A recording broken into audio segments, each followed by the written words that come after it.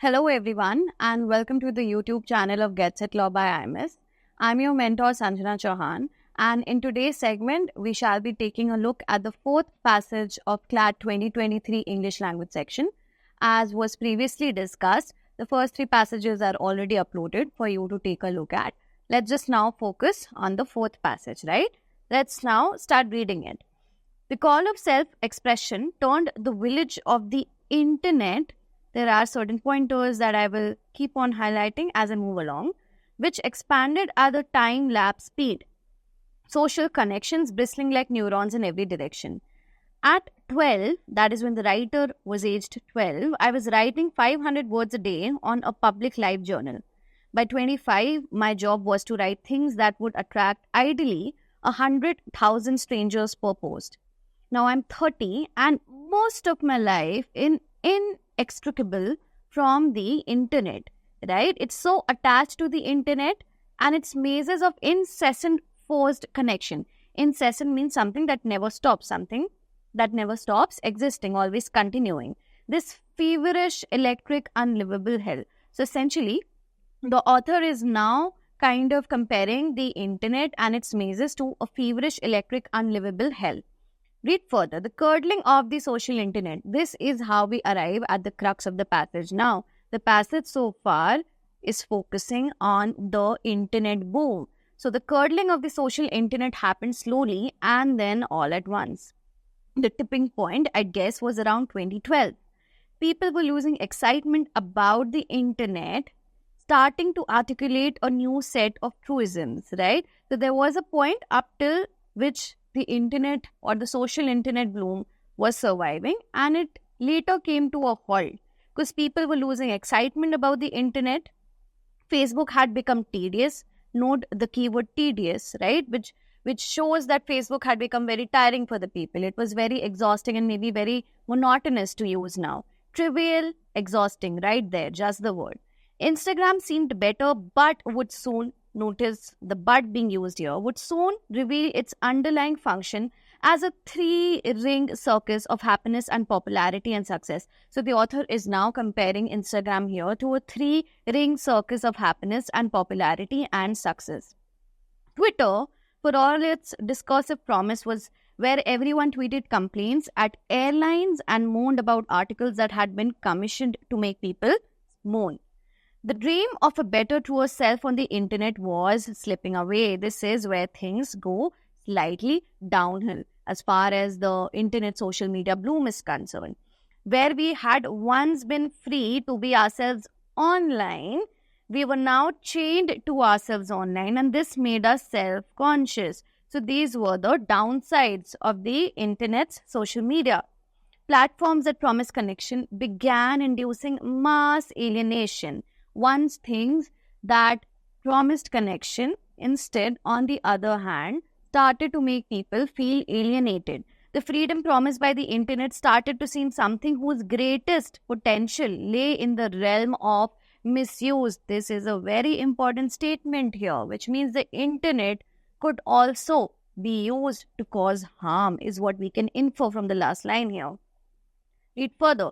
Even as we became increasingly sad and ugly on the internet, the mirage of the better online self continued to glimmer. Now the author is actually shifting the focus to how the internet was creating more problems that way, right? As a medium, the internet is defined by a built-in performance incentive. In real life, you can walk around living life and be visible to other people. But on the internet, for anyone to see you, you have to act, right? It's very illusional in nature. You have to communicate in order to maintain an internet presence. And because the internet central platforms are built around personal profiles, it can seem first at a very mechanical level and later on as an encoded instinct, like the main purpose of this communication is to make yourself look good, right? So we might as well just infer that internet or social media was causing people to kind of come across as pretentious in nature. Online reward mechanisms beg to substitute for offline ones and then overtake them. This is why everyone tries to look so hot and well-traveled on Instagram, why everyone seems so smug and triumphant on Facebook, and why on Twitter making a righteous political statement has come to seem for many people like a political good in itself. So everything here is being done for the screen, on the screen, right? The everyday madness perpetuated by the internet is the madness of this architecture, which positions personal identity as the center of the universe.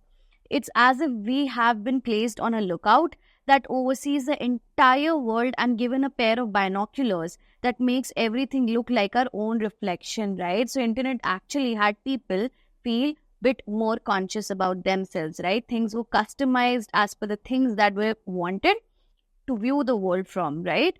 So that's all that the passage is about. Why? Quite analytical in nature.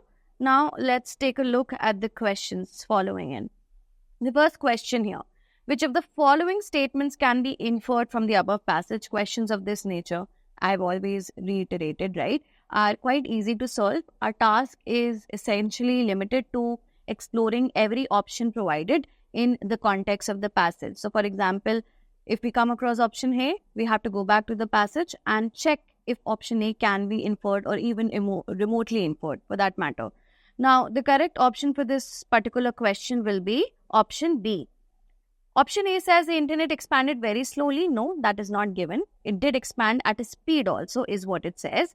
Option B is the correct option. The internet can be used to cause harm. And this is something that I did repeat while discussing the first part of the passage as well, right? Because internet has a potential of being misused, right? Therefore, B is the correct option. C says the internet is addictive. Not necessarily so now. People are actually feeling more distance from the internet, especially social media, for several reasons that are discussed in the passage. D says the main purpose of social media is to dissuade people from showing off. Now, this is actually contradictory. The idea is contradictory to the ideas mentioned, where Instagram kind of just, pushes people to look their best versions just for the screen, is what I discussed and what the passage also mentions. Therefore, the correct option here will be option B. Next question. All of the following statements are truisms except. So, truism refers to any statement which is very common in nature, something which has come to be accepted by people, something which is very, mundane and very common, used repetitively, all right? So, when you look at option A, it says the internet has changed the way the world works. This is an example of a truism. This is a statement that is generally iterated multiple times and that it's become very normalized now.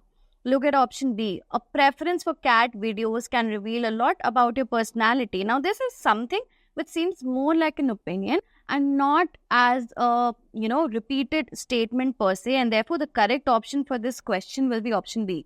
Look at option C. Like with any tool, digital technology has both advantages and disadvantages. This is also an example of a truism. And option D says only time can tell what the future holds. Another very good example of a truism in the context of the passage given. Therefore, the correct option here will be option B. Take a look at the next question. Which of the following comes closest to the underlined sentence in the passage?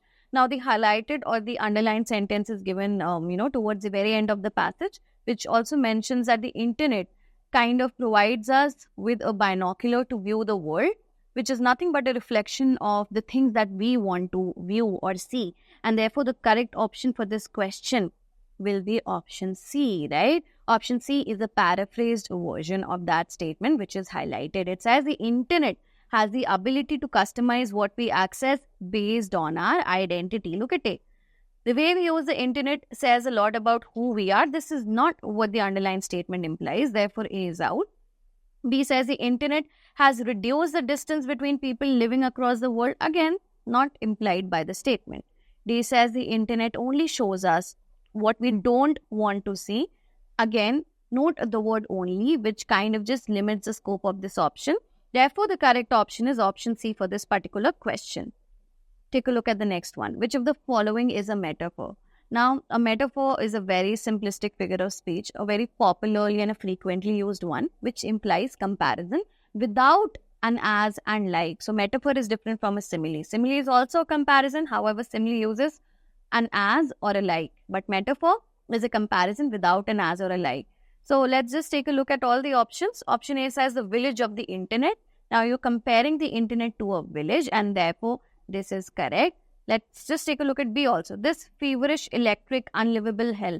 Again, this I think example was given to compare social media to, or the internet to, feverish, electric, unlivable hell. Again, a comparison is being drawn here. Hence, this too is a metaphor. We already have two options that are metaphors. By default, the option should be option D, right? So, correct option is D. Take a look at option C also. The 3 ring circles of happiness and popularity and success. This is the comparison that Instagram is being, set against. And therefore, C also represents metaphor as a figure of speech. And therefore, the correct option will be all of the above. Next question. Which of the following categories best describes this piece of writing? Again, the correct option here will be option A. Option D can be eliminated because this passage is not a poem. Option C can be eliminated because this is not an academic paper. In order for the piece to be an academic paper, it needs to contain more technical and jargon-oriented language. Hence, C2 is out, and it is obviously not a fiction. Hence, B is out. It, by default, is a non-fiction essay. This was all about the fourth passage. I hope you have understood every question clearly. I tried to break down everything into small pieces for you to understand. A fairly simple passage, very doable also. Any points, any inputs you'd like to receive from us are appreciated in the comment section. Let us know if you like the video and stay tuned for the next one.